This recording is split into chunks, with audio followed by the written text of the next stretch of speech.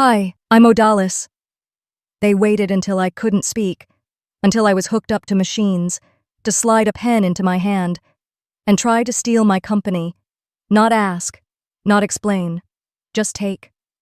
When I said no, they left. No calls, no help. They were ready to let me die, if it meant cashing in, but I didn't die. And what happened next? Let's just say, they'll wish I had. Before we dive in, tell me, where are you listening from? And what time is it there? Drop it in the comments. I want to know who's with me. I woke to the sound of machines humming in rhythm. Cold air. Bleached light above. My mouth tasted like metal. My tongue was too thick to speak. My eyes blinked against the ceiling tiles.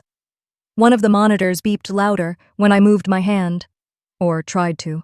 My chest ached. Deep. Sharp. Like something had been carved out. I turned my head slowly, just enough to see them. My mother was sitting in the chair to my left, her ankles crossed, a leather folder on her lap. Burgundy, polished. Like she was headed to a board meeting, not watching her daughter wake up from emergency surgery. My father stood to the right, arms crossed, his stare fixed on a stain in the floor tile. He didn't look up. I blinked. I wanted to ask, "Where's my phone? What happened? Where's Landon?" But no sound came out, just air. The nurse, tall, Latino, kind eyes, adjusted something on my IV. "You're back with us," he said gently, patting my hand. "You had a rough night, sweetheart. Let's keep it easy, okay?" Then he turned and left, pulling the curtain mostly closed behind him. That's when my mother stood up. She gave a smile that didn't belong in this room. Tight, flat. "This won't take long." I tried to speak again. Nothing. She opened the folder, pulled out a few documents. I recognized the header instantly. My company's branding, the minimalist logo I designed on a napkin 6 years ago. I frowned. It hurt. Everything hurt. She stepped closer. "This is just a precaution," she said softly, almost like a lullaby. "A power of attorney, so we can help with business decisions while you recover." I blinked once, twice. The letters blurred, but the last page was stamped and ready. I spotted the clause. Retroactive authority. Authorization to sell. I tried to raise my hand, slow and clumsy. She took it halfway, slipping a pen between my fingers like I was a child. "Just a quick signature. Then you can rest." My lips moved. I don't know if the word made it out, but I know what I whispered. "No." My father looked up for the first time. "Then you're choosing this pain," he said coldly. She looked at him. And then she reached behind the bed, and before I could process it, the oxygen line unplugged. The tube slipped from my nose. I gasped, throat closing like a fist was around it. My chest rose once. Then again. Nothing. The machines beeped faster, louder. She didn't move. Neither did he. "You've always been stubborn," she said, voice low, "even when it hurts you." The air in the room thickened. My hands clawed at the sheets. I wanted to scream. I couldn't. Then, finally, she clicked the line back in. My lungs sucked in cold air like they'd never tasted it before. She smoothed the blanket like she'd done me a favor. They both turned. "I hope you come to your senses," he said. They left the document on my chest. The curtain shifted behind them. The machines beeped. 1, 2, then steady. They were gone. The room felt heavier now. I couldn't move. Couldn't cry. The pain in my chest was worse now. Part physical, part something else. Like I'd finally seen what I'd spent a lifetime refusing to admit. They would have let me die. The folder slipped slightly on my chest. I didn't have the strength to push it off. The beeping faded in and out. Then, a whisper. "Sweetheart?" A new voice. Softer. Warmer. Footsteps. I turned my head again. Slowly. Grandma Althea stood in the doorway, Hair silver, pulled back like always, her perfume, lavender and old paper, floated ahead of her. She was holding something in her hands. Folded. Familiar. My old sweater. The one I wore when I stayed up coding in the garage after school. The one they called pathetic. She moved fast for someone her age. Eyes sweeping the room, the wires, the folder. Then her face changed. She pressed the call button, hard. Reattached my oxygen line tighter, checked the monitor. She didn't speak until the nurse returned. "She needs another full workup," she said, voice crisp. "And I want someone here at all times. You hear me? At all times." The nurse nodded, moving quickly. When he left again, she sat beside me. I felt her hand in mine, warm, still strong. "You're not done," she whispered. "You didn't build all this for them." I wanted to respond. Couldn't. But my fingers curled, just barely, around the edge of the folder. Later, in the dark, with only the machines humming around us, I ripped the corner off the last page. It took everything I had. Grandma watched, said nothing. When our eyes met, something passed between us. Not pity, not fear. Understanding. She reached for the corner piece, held it between two fingers like evidence. "We'll need a lawyer," she said softly, then added, "Not a priest." I closed my eyes. And for the first time in years, I stopped trying to earn their love. They wanted me out of the way. But they just made the biggest mistake of their lives. They left the hospital thinking I'd be too weak to fight. I was, for a moment. But strength doesn't always show up in noise. Sometimes it's in the way you lift a teacup with trembling fingers, just to prove to yourself you still can. It was 2 days later. I was curled on Grandma's living room couch, the old crochet blanket tucked around my legs like it used to be when I was 6. The windows were cracked open just enough for the sound of wind chimes to drift in. I hadn't spoken much since we got back from the hospital. Didn't need to. Grandma knew how to read silence. The corner of the ICU document I'd torn still sat on the side table beside me. I hadn't let anyone throw it away. Not because I needed it, but because it reminded me I wasn't crazy. They really did try to do it. Grandma set down a cup of warm ginger tea in front of me. She didn't say anything at first, just stirred the honey slowly. When she finally spoke, her voice was calm, measured. "You can sue them." I didn't answer. My eyes stayed locked on that torn paper, the ink smudged from my own sweat and a bit of dried blood. I didn't even know whose blood it was. Maybe mine. Maybe theirs. Maybe both. I don't remember falling asleep, but I do remember waking to the sound of unfamiliar footsteps on her hardwood floor. He was tall, in a quiet kind of way. Wore a blazer like he hadn't yet gotten used to being called Sir. Clean-shaven, except for a small scar near his chin that made him look like someone who'd been underestimated before. Grandma introduced him simply. "Marcus. He works with the same estate lawyer your granddad trusted." He nodded at me respectfully. "Miss Reyes, I'm sorry we're meeting under these circumstances." I just nodded. My voice still wasn't always there when I needed it. Marcus opened a folder. "I pulled your medical records. Got the video footage from the hospital's hallway cams. Your grandmother filed an incident report while you were unconscious." He paused, looked me straight in the eye. "What they did, trying to force a signature like that? It's criminal." I felt nothing, or maybe I was just too drained to feel everything all at once. He continued, laying out document after document, pages I didn't even know existed. "While you were in ICU, they filed an executive transition form with the Texas Secretary of State." I blinked. "What?" "They used a retroactive clause claiming you had voluntarily relinquished executive power due to health incapacity. They listed your mother as acting CEO, your father as CFO." My chest tightened. I looked down at my hands. These same hands that typed the first prototype, signed the first investor check, coded through college nights when they told me I was wasting my tuition. "They already moved you to a ceremonial title, Founder Emeritus." "Stripped of voting rights."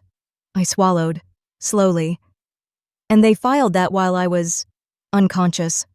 He nodded once. "They've been preparing this for months, possibly longer." That's when Grandma brought in the stack of mail. Old, unopened letters she'd picked up from my P.O. box before we left the hospital. She handed them to me quietly. Some were bills, some were bank statements rerouted to addresses I didn't recognize. And one envelope, thicker than the rest, caught my eye. I tore it open. Legal stationery. My name was signed at the bottom of the document. Except it wasn't my signature. It looked close. The slant, the curl of the R in Reyes. But not mine.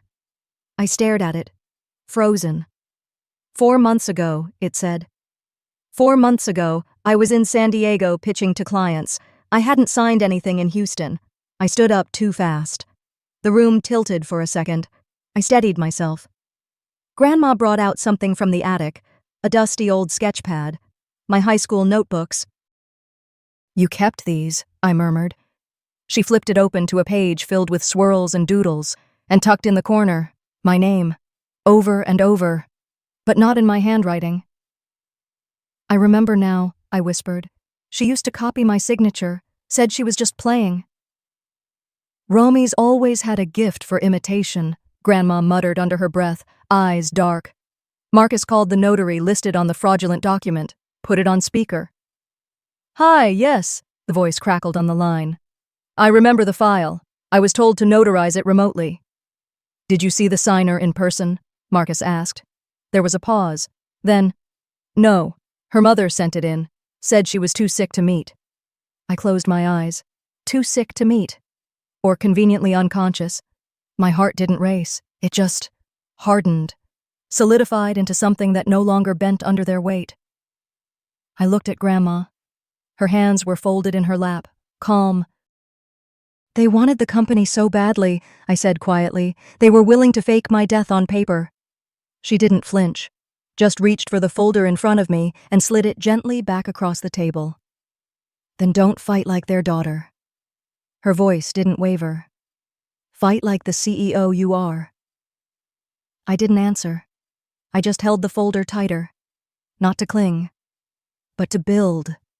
They forged my signature. Now, I was about to forge a war they wouldn't see coming. They didn't know it yet, but they had just opened the wrong door. And I wasn't planning to knock ever again. It had been a full week since I'd left that hospital bed, since I'd stared at the jagged tear across the signature line, and everything I thought I knew started coming apart. My legs were steadier now, not strong, just steady enough to carry the weight of what I was about to do. Grandma's home office smelled like cedar and ink. Her late husband used to keep it this way, neat but alive, like someone still had ideas worth putting on paper. I sat across from Marcus, whose suit always looked one size too big, and beside him a woman with thick-rimmed glasses and a quiet kind of sharpness, the forensic document examiner. She laid 3 folders in front of me. "This is what your mother submitted to the Secretary of State," Marcus said. "This is the hospital's power of attorney claim. And this one, well, this one's the silent contract, the one they hoped you'd never see." I didn't reach for them, just stared. Marcus took the silence as cue. "You've got grounds to freeze every internal restructuring move made after your accident. The signatures alone. Legally, we have enough to file for a temporary injunction." I still didn't move. But inside, it wasn't still. I saw my name, my full legal name, scratched out in favor of Martha L. Reyes, Managing Executive. Below it, in smaller print, Odalis Reyes, Founder Emeritus, Founder Emeritus. Like I was a retired schoolteacher, like I was dead. "They always wanted the name," I murmured. "Just not the woman behind it." "Now," Marcus said, his voice low and deliberate, "we respond. Not as a daughter, not even as a victim, but as a founder whose company was stolen under sedation." I finally looked up. My hand didn't tremble when I reached for the pen this time. It was late morning when we pulled up outside the bank, the same bank I'd opened my first savings account in, the same place where my parents used to smile and tell the teller, "She's our little entrepreneur." Now they'd walked in days ago and nearly drained everything. The manager's hands fidgeted over her keyboard. "But your mother said you gave verbal confirmation over the phone. She mentioned you were still in recovery, but lucid. It sounded urgent." Marcus slid the ICU record across her desk. "She was intubated," he said calmly. "Under full sedation. This note, signed with a shaky hand. It's dated 4 hours before she was off oxygen." The woman's face fell. She turned to her screen, lips pressed tight. Then, "There's a flagged transaction, a pending wire for $480,000, labeled as college endowment." My jaw clenched. "College for who?" I asked quietly. She didn't answer. Marcus leaned forward. "We are requesting an immediate freeze on all transfers and removal of all secondary account holders not approved in person by Ms. Reyes." A few strokes on her keyboard. Then silence. Then a beep. "Done," she whispered. I nodded, stood up, and turned toward the door. But before I walked out, I looked back. "She was never supposed to get a second chance," I said, more to myself than anyone else. But somehow, she always does. That afternoon, I sat in the corner of Grandma's kitchen, sipping lukewarm tea. The house was quiet. Too quiet. And maybe that's why I finally logged in. The old dashboard was still active, thanks to a backdoor founder credential I'd quietly built into the system months before. No one knew it existed, not even my lead engineer. It was my insurance, though I never thought I'd use it. The company looked different now. New colors, a new name in the header. Heritage Wealth for Families. I clicked through internal memos. Executive Director, Martha Reyes. Strategic Advisor, Romy Reyes. Meeting notes scrolled past my screen. Vision statements, projections, strategic pivots, a 5-year plan. And my name? Buried in the archived page, one click away from deletion. I stared at the cursor blinking at the top of the dashboard. I didn't blink back. "They renamed my dream," I whispered. "Into their retirement plan." I closed the laptop. The sound echoed louder than it should have. That evening, I found Grandma in the den, flipping through an old album she'd pulled from the hallway closet, pages curled with age, photos of cookouts, school dances, awkward braces, then one, me, at 15, standing in front of a trifold board with a homemade logo drawn in marker. My parents behind me, Dad checking his watch, Mom scrolling her phone. "I pitched a lawn care app for seniors," I murmured. "Even had one subscriber, Mr. Givens, across the street." Grandma didn't say anything. Just smiled, the tired kind that comes from watching too many storms. "I was always their backup plan," I said. "Their quiet investment." She closed the album slowly, slid her fingers across the leather edge. "No," she said. "You were their foundation. But now you're the disruption." I stood there, her words sinking into my spine like cold steel. Because something had shifted. Not just in the documents, not just in the balance sheets, but in me. They wanted to erase me quietly. I was about to make noise they couldn't ignore. It started small, an upload, nothing more. I sat at Grandma's kitchen table, the same table I once used to do algebra worksheets while she stirred gumbo. Now it held a laptop, a mug of lukewarm coffee, and a file I'd named consentcollapse.pdf. Just under 10 pages. Summarized neatly. Medical timestamps. ICU monitor logs. My name, in cursive, scrawled on a form authorizing financial restructuring, signed while I was sedated with a breathing tube. I uploaded it to a forum I'd been part of for years, an invite-only group for women who had built companies from kitchen counters and late-night tears. I gave it a title that wasn't bitter, just tired. What happens when your family treats you like an ATM in a coma? No names, no drama, just facts. I didn't check it after posting. I closed the laptop and went to wash dishes that weren't mine. A bowl still smelled faintly of cinnamon toast. When I returned an hour later, the comments had started. Then they didn't stop. Some just left emojis, broken hearts, fists.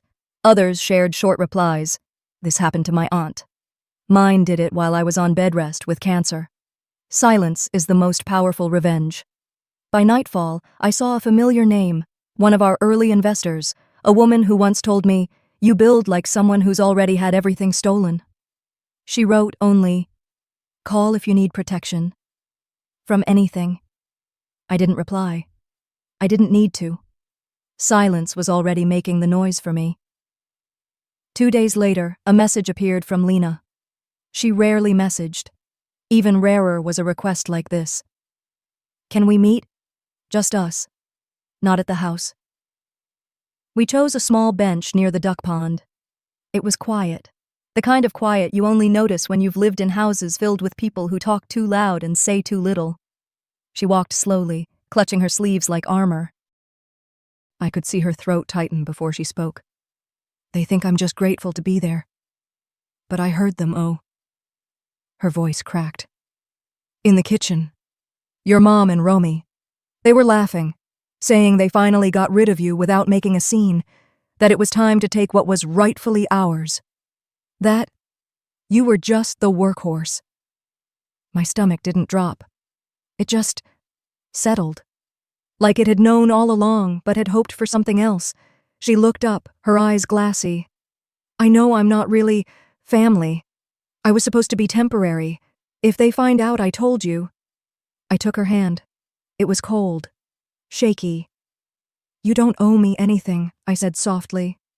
"But I won't forget this." She nodded, then added, barely above a whisper, "If you ever need me to say it, on paper, in front of someone, I will." I didn't cry. Not then. I just watched a duck flap across the pond like it didn't know winter was coming. That same night, my phone buzzed while I was making tea. Grandma had already gone to bed, her soft breathing audible from the next room. The screen lit up with a tag. I hesitated, then tapped. It was Martha, my mother. She'd posted a photo of herself outside the company office, lips painted too red, standing under our old logo, one I designed on a napkin the year I turned 22. The caption read, "Proud to be guiding the next generation of our family business. Legacy starts here." She had no idea what she'd just done. I clicked the timestamp. It matched the day the ICU log showed I was intubated. I didn't save the picture. I didn't need to. I forwarded the post to Marcus with no explanation. He responded 2 minutes later. "It's enough." That's all he said. But I read it 3 times. It was enough. The next morning, I woke up early. The air felt thick, like a storm was sitting just outside the windows. I brewed coffee. Waited. Then sat back at the same kitchen table, opened a new draft email, and typed the subject line, "Cease desist, unauthorized use of trademark, name, and business assets." I attached the ICU logs, the affidavit from the forensic analyst, the investor note of concern, Lena's audio recording, only 35 seconds long, but crystal clear. Then I added a single line at the bottom. "Any continued misrepresentation will be pursued to the full extent allowed by federal and state law." I hovered for a moment, then clicked send. A quiet click. That was all. Grandma walked in right as I was closing the laptop. She was wearing one of her floral robes, hair pinned back with the same clip she used since I was in middle school. She sat beside me and took my hand, no words needed, but she whispered anyway. "You did it without yelling. That's how women like us fight." I didn't answer. I just held her hand tighter, because she was right. But just when I thought the panic would stay quiet, they made a mistake. A very loud one. The noise started with a click. Not from them, but from an old voicemail inbox I hadn't opened in months. It was late. I was sipping cold chamomile in my condo, sitting with my laptop open but untouched, scrolling without focus. When I saw it. One unheard message. Timestamp. The night after my surgery. I don't know what made me tap it. Maybe curiosity. Maybe the voice of the girl I used to be. The one still hoping this was all just a misunderstanding. The audio was grainy at first. Pockets of silence. A scuffle. Then Martha's voice came through, loud and sharp like glass under a tire. "If she croaks, we split the company 3 ways. Finally." A pause. Laughter. Hers and Romy's. Familiar. mechanical. And Grandma? She's next if she doesn't shut up. My thumb froze on the screen. Then, I hit play again, and again, and again. Not because I couldn't believe it, but because I wanted to remember every word, every cadence, every ounce of venom wrapped in casual amusement. And they didn't say those things like villains. They said them like bored shoppers in a checkout line, weighing gum or soda. I remember sitting there in the dark, the fridge humming behind me, the tea cold in my hand.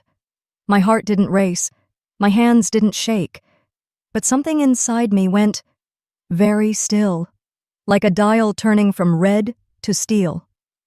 3 days passed. Then came the HOA meeting. Grandma had been trying to rent out the back unit of her house to cover some of my recovery bills. Nothing fancy, just a mother-in-law suite we renovated last year. But Martha filed a zoning complaint, said Grandma was violating neighborhood codes, disturbing community peace. Her voice on the letter sounded so polished. Legalese dressed up in pearls. She thought Grandma would fold, but I showed up instead. The clubhouse smelled like lemon air freshener and overbrewed coffee. I sat in the second row, just behind a row of fidgeting retirees and bored husbands. I wore gray, hair tied back, no makeup, quiet. When my name was called, I stood. I handed out copies of zoning statutes first, then the deed showing the right to use the suite for temporary housing. Finally, a transcript of the voicemail. I left off the part about Grandma. That was mine to hold, for now. She trespassed while I was under medical sedation, I said. My voice wasn't loud, but every syllable hit. Entered my office, accessed private files, then weaponized my recovery to attack my grandmother's autonomy. Someone coughed. Then silence. The HOA board chair, a man in his 60s with eyes that had seen decades of suburban drama, looked at the paper in front of him. He cleared his throat. Miss Marin, are you pursuing legal action? I'm evaluating options, I said, but I thought the community should know what's being said behind closed doors. One of the board members, a woman named Yvonne who used to carpool her grandkids with my grandma, glanced down at the transcript. Then back at me. Should we involve the sheriff? I didn't answer. I didn't have to. The silence did. That night, after Grandma had gone to bed, I called a number I'd been sitting on, a referral from someone in the Founder Forum, a legal team, sharp, quiet, surgical. We met on Zoom. I didn't show my face. They didn't ask why. I uploaded the voicemail, the deed, the documents from the hospital. They listened, carefully. No interruptions. Then one of them, an older woman with silver hair pulled into a perfect French twist, spoke first. You could press now, she said. We have enough to file criminal charges for fraud, conspiracy, and medical misrepresentation. But, she leaned back, if you wait just a little longer, let them act again, let them get comfortable, it becomes willful, intentional, and very, very public. I didn't blink, I didn't nod. I just stared at the screen, the empty boxes, the faces that had no names. And then I said it. Let's give them a little more rope. Later that night, I sat back on the couch, Grandma's quilt pulled over my legs. My phone buzzed beside me. A text from the HOA chair. Thanks for showing up today. Most people talk. You brought proof. I didn't reply. I didn't need to. Let them stew. Let them squirm. Because they thought I was still that little girl who waited for permission to be heard. But the difference now, I wasn't waiting anymore. And oh, they took the bait faster than I imagined. They took the bait faster than I thought they would, and when they lunged, they didn't just bite, they swallowed the hook. 3 days later, I opened my door to a sharp knock. A man in a navy windbreaker, clipboard in hand. No small talk, just the cold delivery of a thick envelope. Ms. Marin, you've been served. He didn't even wait for acknowledgement. Turned, walked off like this was just another Tuesday. I stood there for a second, just watching the paper flap in my hand from the breeze. Something inside me had already gone still before I even opened it. But when I did, it still felt like a punch to the chest, They were suing me, my parents, my sister, together, claiming I was mentally unfit to manage the company due to neurological trauma from the ICU, that I was exhibiting delusional behavior, financial negligence, paranoia surrounding family relations. They called me unwell, dangerous, a liability. And then I saw it, an emergency injunction filed by Martha to freeze my assets, company accounts, credit lines, even my basic payroll disbursement. Everything I'd built, paused, until I could be cleared by a neutral psychiatric review board. I remember sitting down on the tile floor of the entryway. I didn't cry. I didn't scream. I just kept flipping the pages, rereading the parts where they called me unstable, irresponsible, the parts that said I needed professional containment. They were going to use my own survival against me. When Grandma came over later that afternoon, she knew something was wrong before I even spoke. Her face dropped when she saw the papers. Her hands trembled when she picked them up. She sat down slowly beside me, quiet for a long while. Then she whispered, "I knew they were cruel, but I didn't know they were monsters." She put her hand on my knee, and finally she cried, not loud, not wailing. Just tears falling silently onto her skirt, soaking into the floral pattern she always wore. I sat with her, just breathing. Part of me wanted to give in. Just let it all go. Let them win. Let them take whatever was left of me and be done with it. But then, something cold settled in my chest. The kind of cold that doesn't numb you. The kind that sharpens. I remembered the voicemail. Martha laughing about splitting the company, about Grandma being next. I remembered the medical bills they refused to help cover, the way they called me it when I couldn't speak for myself. And I remembered Grandma's voice just moments ago, shaking with sadness. I reached over, grabbed the envelope from the floor, and stood. "I'm done letting them write the story," I said. That night, I didn't sleep. I organized every document, every test result, every line of email. I even found the evaluation notes from my neurologist, clearing me of any cognitive issues, not once, but twice. The next morning, I dressed in navy, simple, clean, no makeup, hair back in a knot. I didn't want to look polished. I wanted to look like someone who wasn't hiding a damn thing. The courthouse wasn't far, just a small red brick building near the river. I'd been here once before. Traffic court, a decade ago. Now I was walking in alone, with everything I had in a leather case and a calm that didn't belong to the old me. In the hallway, I saw them, Mom, Dad, and Martha, clustered around their attorney. Mom wore pearls like it was Sunday brunch. Dad didn't even look up. Martha smiled when she saw me, tipped her chin like she'd already won. I didn't acknowledge them. Courtroom 2B. I took a seat behind the petitioner's table, alone, no counsel, just me.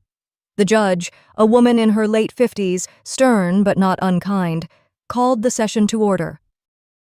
Their attorney launched in immediately, painting a portrait of me as erratic, combative, and medically concerning. They referenced vague accounts of disorientation after my discharge, said I'd threatened corporate stability. Then it was my turn. I stood. "My name is Odalis Marin," I said. "I co-founded our family company. I've passed every financial audit. I've cleared every medical exam. And I have documentation proving both." I handed the judge my file, stamped, signed, notarized. And while they were claiming I was mentally unfit, my sister was— I paused, looked over at Martha, attempting to illegally buy out our other founder using unapproved terms and forged documents. At that moment, the courtroom doors opened. My friend from the Founder Forum walked in. He didn't say a word, just handed me a sealed envelope. Inside, a signed admission from Martha, dated 3 weeks earlier. An attempt to purchase shares in secret, outside board authorization. I handed it to the judge. The room fell still. After a long moment, the judge looked up, her voice clear. "Asset freeze is hereby delayed, pending full investigation." My parents froze. Martha turned red, then white. I didn't smile. I gathered my things, nodded respectfully to the judge, and walked out without looking back. But as I reached the hallway, I heard Dad mutter something behind me, loud enough for me to catch. "She thinks this is over?" It wasn't. They weren't done playing dirty. Not by a long shot. I didn't sleep much that night. Even after the judge held off on freezing my accounts, I knew they wouldn't stop. Not while I still had a voice. Not while I was still standing. And by dawn, they'd already fired their next bullet. My phone buzzed non-stop. At first I thought it was spam. Then I saw my name in bold text, shared, posted, quoted like a warning label. Odalis Ward, erratic heiress or corporate threat. Breaking, courtroom drama as daughter accused of mental instability tries to block family lawsuit. She claims betrayal, but insiders say she's just never been right in the head. I blinked at the screen like it wasn't real. Clips from the courthouse, doctored and looped, were now plastered across gossip sites and one local TV station. The grainy footage made me look off, nervous, unstable. A freeze frame caught me mid-blink, lips parted. The caption read, "Unfit or unraveled." I opened my email out of habit. Then I closed it just as fast. 2 board members had messaged, expressing concern. One said, "We're hoping you'll step aside temporarily for the good of the company's image." Image.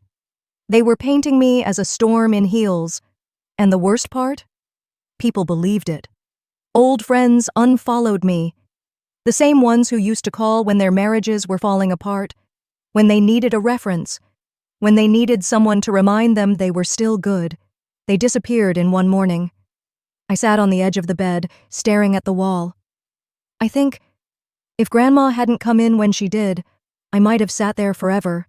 She didn't knock, just stood there holding a box. Dusty, taped at the corners. Her eyes were glassy. "I found this," she said. "In the attic. I wasn't supposed to keep it, but I did. Maybe it's time." The box was lighter than it looked.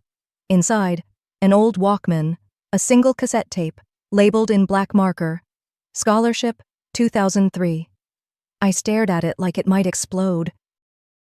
My fingers didn't feel like mine as I pressed play, and then I heard him, my father's voice, younger but unmistakable, calm, convincing, laced with the kind of sugar that always hid a knife. "You don't really want to go to that school alone, do you? What kind of daughter leaves her family behind like that?" Silence. Then a younger voice, mine. "I earned the scholarship. It's not yours to decide." He laughed. Low. Patronizing. "You're making things harder than they need to be, baby girl. Just sign the transfer. Let your mama handle the money. You trust us, don't you?" Another pause. Then my teenage self whispered something that made my stomach flip. "I just want to be loved without owing anything." I stopped the tape, rewound it, pressed play again. "I just want to be loved." I couldn't breathe for a moment. Couldn't blink. I didn't cry. There were no tears left. I walked out onto the porch with the cassette still in my hand. Grandma followed me but didn't say a word. She just sat beside me in that rocking chair of hers, hands folded tight like she was afraid of breaking. I stared at the garden. The roses I planted with her last spring had bloomed, wild and untrimmed. No one had tended them in weeks. That tape, it wasn't just proof. It was a map, a mirror, a voice I had forgotten I ever had. Because even back then, I had known. They didn't love me for me. They loved control, image, leverage. They loved the story where I was always small enough to be manageable. But I wasn't that girl anymore. I stood, walked back inside, and pulled out my laptop. I opened a blank document, typed the date, my name. Then I wrote, "I've been silent for years, out of respect, out of fear, out of hope that maybe, just maybe, family meant more than power plays and press leaks. But the truth, it doesn't cost me anymore. It frees me." I kept writing. Facts, numbers, timelines, receipts. But I didn't post it, not yet. I saved the draft, titled it, "For When They Cross the Final Line," closed the lid, and waited. If they wanted a war of perception, fine. But they forgot what I still had: proof, allies, and silence sharp as a knife. If silence was a blade, I had sharpened mine for a week straight. Not to cut deep, just to reveal. I stood at the head of the long mahogany table, palms flat, watching the people file in. Suits, ties, some curious, some smug. My mother wore a coral blazer I'd seen her parade at country club fundraisers. My father held a sleek leather folder like it contained a royal decree. Behind them trailed their lawyer, a polished man with empty eyes, and 2 board members I'd once trusted. Once, a week ago, they tried to smear me in public. Today, they walked into my space, my company. The boardroom buzzed with whispers until I cleared my throat. Let's begin. My father stood before I could continue, flipping open his folder. Odalis, thank you for agreeing to this emergency session. As you've said, it's about clarity. He slid papers across the table. We all care about your health, your reputation. We believe this is best, for everyone. I glanced down. It was all there, in type too neat, too cruel. Voluntary resignation, for health reasons. Dated today. My signature block already printed, just blank. A chair creaked as someone shifted beside me. I didn't look. I didn't need to. I reached for the small black remote in my pocket. Before we continue, I'd like to share something. No one said a word. Only the soft hum of the projector waking up filled the air. Behind me, the screen flickered to life. I didn't speak. I let their voices speak first. First clip. Grainy audio. My mother, her voice low, urgent. She won't sign it. She thinks this company is still hers. If she dies, we lose it all. Tell the nurse to keep her sedated. Murmurs. One woman gasped. Another man sat straighter in his seat. Second clip. My father, sharper now, whispering to someone. I'll wire you the money by Monday. Just make sure the board votes to replace her. Say she's unstable. You've seen the news. The room chilled. I didn't flinch. Then, the third. It was younger. My own voice. 17, scared, recorded without knowing. You said it was just college money. But it was mine. I mowed lawns, Dad. I cleaned houses after school. I just want to go to college without owing anyone love I don't have. I pressed pause. No one moved. My grandmother, sitting silently at the end of the row behind the board, folded her hands in her lap. She gave a single nod. I looked at no one and everyone. You were wondering why I didn't defend myself last week. Why I didn't issue a public statement. I wanted you to hear the truth without spin. Not my voice this time. Theirs. My mother rose from her chair so quickly it screeched. This is a violation of privacy. That tape was in Grandma's attic, I cut in. You should have burned it when you had the chance. My father glared. You think this proves anything? A board member near the far wall, a man who'd never said much, suddenly stood. He picked up the resignation papers, tore them down the center. This proves everything. Another woman, Lena, the only one who'd reached out after the media storm, spoke next. You tried to paint her as unstable, but what I heard just now, that's not unstable. That's survival. My parents stood frozen, as if any move might break the last illusion they had left. I turned to the chairman. I know you were unaware of how deep this ran. I don't blame you. He shook his head, face pale. I should have asked. I'm sorry. I finally let myself breathe. I didn't bring this to ruin reputations. I brought it because I built this company. I fought for it when no one else would. And I won't let it be stolen. Not with forged papers, not with whispered lies, not with my own blood turning against me.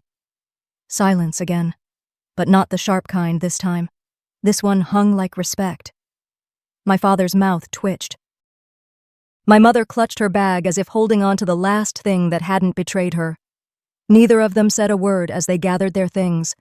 As they left, someone from legal rose, approached me gently. "Do you want to press charges for coercion?" I glanced at the door they disappeared through. "No," I said softly. "They've already lost something they can't buy back." They stormed out in silence, but their silence couldn't erase what that room now knew, and neither could the law. When the door finally clicked shut behind them, I didn't move. The room still hummed with everything that had just happened, what had been said, what couldn't be unsaid. But I didn't let myself bask in it. I just sat there, still, let the silence settle. The kind of silence that isn't absence, but aftermath. The next morning, I was back in my home office, barefoot, hair undone, coffee cooling untouched on the windowsill. I opened my laptop and stared at the blinking cursor of the email draft I'd started at 5 a.m. It had no subject yet, just the weight of everything I hadn't said in the boardroom. This wasn't about revenge anymore, it was about repair. The cursor blinked again. My fingers reached for a pen. Not just any pen. The same one they'd pushed into my hand in that sterile hospital room, when my body was still weak and my mind fogged from medication, the one they tried to use to erase me. It had rolled under the bed that day, never used. Now it sat in my palm like it belonged there, not as a weapon, as a choice. I signed the bottom of the scholarship paperwork first, grants for young women from unstable homes, from families that wanted perfection more than presence, girls who needed someone to believe they deserved more than silence. Then I returned to the email. I kept it short, clear. I thanked the team for staying, acknowledged the fracture. I didn't name my parents. I didn't need to. I ended with a line I hoped would stick. Integrity isn't what you protect when people are watching. It's what you choose when no one is. Then I hit send. Later that afternoon, the sun crept through my blinds just enough to warm the boxes stacked against the far wall. I hadn't touched them in years. Folders, old notebooks, memories I thought I'd closed the lid on. I don't know what made me reach for the red envelope wedged at the bottom. It was sealed. Addressed in my teenage handwriting. My full name, their names, no stamps. I had meant to send it. I must have, but I never did. I sat back down and opened it with hands that shook more than I wanted to admit. The letter inside wasn't long, just a page, a little creased, a little smudged. I know I'm not who you wanted. I know I laughed too loud, asked too many questions. I know I didn't make it easy. But all I ever wanted was for you to see me. Not my GPA. Not the resume. Not the money. Just me. The last line wasn't even a sentence. Just my name. Like I was trying to remind them who I was. I held the letter in my lap for a while. Just breathed with it. Then I stood, walked into the living room, and lit the fireplace. I didn't cry when the edges browned. I didn't flinch when the ink curled in on itself. I just stood there, watching it turn to ash. That version of me, the one who waited for permission to be worthy, didn't need to stay. That Sunday, I drove out past the edge of town. The cemetery was quiet, as always. My grandfather's grave was under a line of old oaks, their limbs swaying just enough to whisper if you listened close. I brought one sunflower. He used to say they were bold, unapologetic. I set it down without a word. A few minutes later, I heard the soft crunch of footsteps. Grandma joined me. No coat, just her and the cold. She didn't say much, just looked down at the grave, then at me. "You saved more than your company," she said quietly. "You saved your name." I exhaled, long and low. "No," I said. "I just finally chose it." We stood in the stillness.